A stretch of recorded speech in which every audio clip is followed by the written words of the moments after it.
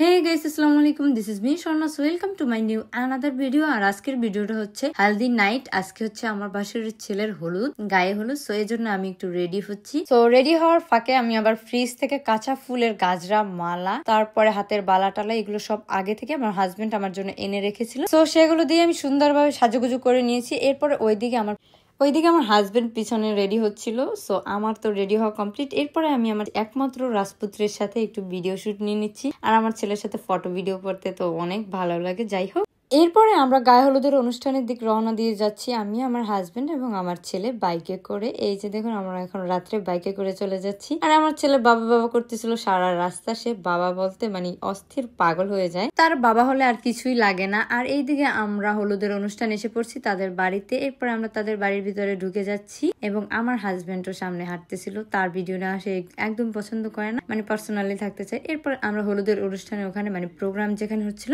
ওখানে বসে পড়ছি। আর আমার ছেলে আর আমার হাজবেন্ড একটু বাইরে হাঁটাহাঁটি করতেছিল। আর এই হচ্ছে আমাদের গায়ে হলুদের ছেলে, আর এই হচ্ছে প্রোগ্রাম অনুষ্ঠান হচ্ছিল। আমি বসে বসে একটু ভিডিও ক্লিপ নিচ্ছিলাম আর দেখতেছিলাম। আর এই হচ্ছে ছেলের খালা, মানে আমার বেআইন হয়। এরপরে আমি আমার একটু শুট নিচ্ছিলাম। আজকে আমাকে খুব সুন্দর লাগতেছিল, মাশাআল্লাহ বলবেন অবশ্যই। এরপরে আমরা হলুদ লাগানোর জন্য বসে পড়ছি সবাই মিলে, বাট আমাদের হলুদ আগেই লাগানো হয়েছিল। এরপরে আমরা একটু ভিডিও শুট নিচ্ছিলাম আর ও আমার ছেলের সাথে একটু দুষ্টামি করতেছিল। যাই হোক, আজকের অনুষ্ঠানটা খুবই ভালো লাগছিল, আমার কাছে খুব ভালো লাগছে। আর আমার ছেলে তো বসবে না। আমি ওকে বলছিলাম যে বাবা আমার কাছে একটু আসো, এরপরে দেখবে না ওর রিয়াকশন। না বলে দেয় আমাকে, মানে ডিরেক্টলি আমাকে বলে যে না, এই যে এখন আমি বলবো বাবা আসো, না ও আমার কাছে আসবে না। আমি তো অবাক, আমাকে লজ্জা দিয়ে দিচ্ছে ওখানে। যাই হোক, এরপরে আমরা গায়ে হলুদ লাগানোর পরে এখন নিচের দিক চলে যাচ্ছি, যেহেতু এখানে একটু জায়গা ছোট ছিল এজন্য নিচে আবার আমরা রুমে চলে যাচ্ছি। এরপর আমি একটু মিররের ভিডিও নিচ্ছিলাম, একটু ফাঁকা পেয়ে আবারও আমি আমার ভিডিও নিচ্ছিলাম, কারণ এই রুমটা অনেক মানুষ ছিল। আমি আর আমার হাজবেন্ড ঢোকাতে একদম সবাই ক্লিয়ার করে দিছে,